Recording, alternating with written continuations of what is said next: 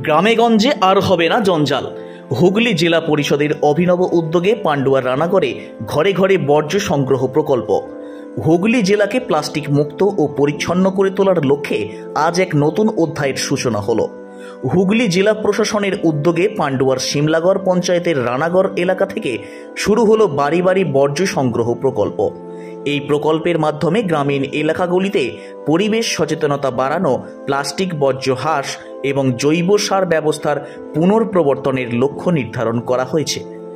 এই বিশেষ প্রকল্পের উদ্বোধন হলো শিমলাগড় পঞ্চায়েতের রানাগড় থেকে। গাড়ির মাধ্যমে ঘরে ঘরে গিয়ে নোংরা ও বর্জ্য সংগ্রহের কাজ শুরু হয়। এখনও পর্যন্ত পৌরসভা এলাকাগুলিতে এই ধরনের পরিষেবা চালু থাকলেও গ্রামীণ এলাকায় এবার এমন একটি পরিবেশ বান্ধব পরিষেবা চালু করা হলো জেলা পরিষদের তত্ত্বাবধানে। এই কর্মসূচির মূল উদ্দেশ্য হল প্রতিটি গ্রামে পরিচ্ছন্নতা বজায় রাখা, প্লাস্টিক ব্যবহারের নিরুৎসাহিত করে গ্রামাঞ্চলকে প্লাস্টিক মুক্ত করা, সংগৃহীত জৈব বর্জ্য থেকে সার উৎপাদনের মাধ্যমে টেকসই কৃষি চর্চা নিশ্চিত করা। উদ্বোধনী অনুষ্ঠানে উপস্থিত ছিলেন হুগলির জেলা শাসক মুক্তা আর্য, হুগলি জেলা পরিষদের সভাধিপতি রঞ্জন ধারা, বিডিও, এডিএমজি সহ জেলা প্রশাসনের একাধিক উচ্চপদস্থ আধিকারিকরা। তাদের উপস্থিতিতে প্রকল্পের সূচনা অনুষ্ঠান অত্যন্ত গুরুত্ব সহকারে ও উৎসব মুখর পরিবেশে সম্পন্ন হয়। জেলা প্রশাসনের এই অভিনব পদক্ষেপ নিঃসন্দেহে গ্রামীণ জীবনে একটি ইতিবাচক পরিবর্তন আনবে। ভবিষ্যতে এই প্রকল্প জেলার অন্যান্য পঞ্চায়েত এলাকায়ও চালু করা হবে বলে জানিয়েছেন জেলা প্রশাসনের আধিকারিকরা। স্বচ্ছতা ও পরিবেশ রক্ষার এই প্রয়াসের মাধ্যমে সবুজ ও পরিচ্ছন্ন হুগলি গঠনের পথে আরও এক ধাপ এগিয়ে গেল জেলা প্রশাসন। আজকে আমরা সকলেই যারা এখানে আপনারা এসেছেন, আপনারা জানেন আমাদের গ্রামে গ্রামে আমাদের এসবিএম এর স্বচ্ছতা নিয়ে, গ্রামের যেটা পরিষ্কার পরিচ্ছন্ন নিয়ে, আমাদের পরিষ্কার জল নিয়ে, প্লাস্টিক বর্জনটা নিয়ে, আর SWM প্রজেক্টটা যেটা আমাদের রয়েছে সলিড ওয়েস্ট ম্যানেজমেন্টটা, সেটাকে নিয়ে প্রত্যেকটা জায়গাতে অ্যাওয়ারনেসের র্যালি চলছে। তার সাথে এই যে কার্ডগুলো যেটা আপনারা জানেন সবুজ নীল রঙের বালতি, সেটা যে মানুষের বাড়ির কাছে রয়েছে, তাতে যাতে ওরা সবুজ রঙের যেটা পচনশীল আছে সেটা বর্জনটা ফেলার অভ্যাসটা, আর নীলটা যেটাতে রয়েছে অপচনশীলটা, তো সেটাকে নিয়ে আমরা এই যে মানুষের মাঝে যাতে ওরা জানতে পারে। অনেকটাই যেটা আমরা দেখতে পাচ্ছি মানুষরা যারা রয়েছে গ্রামের দিকে, যাদের অনেকটাই ধারণা কি জানে না, ওই রকমের না, মানুষ অনেকটাই সচেতন।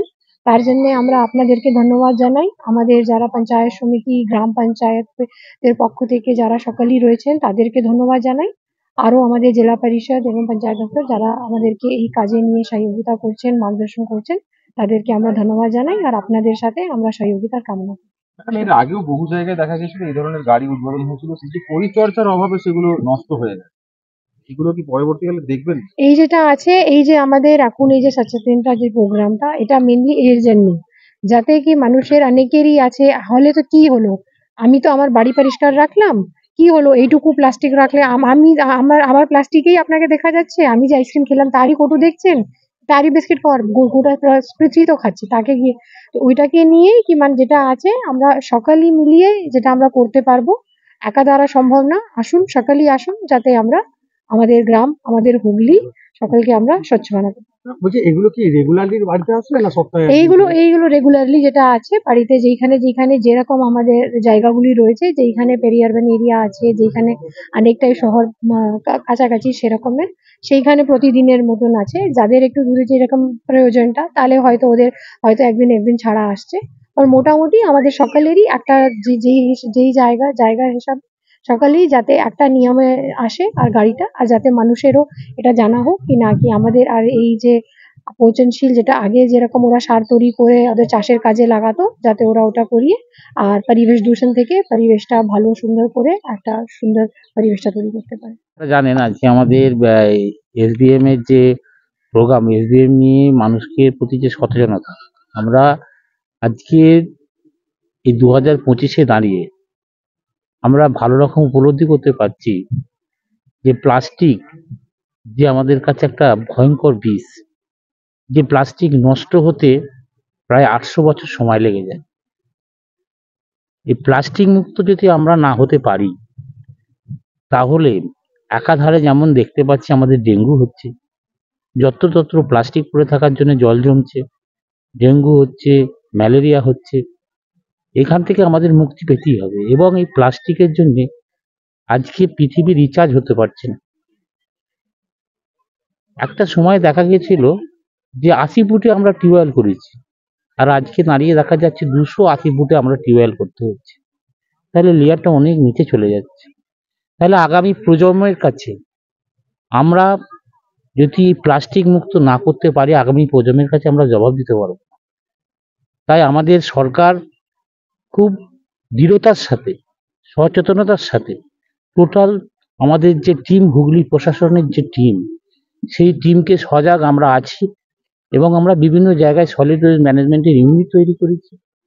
আজকে মানুষকে সচেতনতা করার জন্যে আমরা বিভিন্নভাবে আমাদের যে ইকারগুলো আছে তার মধ্য দিয়ে আমরা সচেতনতামূলক আমরা প্রচার চালাচ্ছি যে আপনারা আসুন, আপনাদের বাড়ির সামনে 2টো বালতি দেওয়া হবে, একটা নীল একটা সবুজ, যেগুলো আপনারা বাজার থেকে যেগুলো নিয়ে আসবেন কিনে রান্না করার জন্যে, যেগুলো পচনশীল সেগুলো আপনি সবুজ বালতিতে রাখুন, যেগুলো পচনশীল নয় প্লাস আপনারা সেটা নীল বালতিতে রাখুন।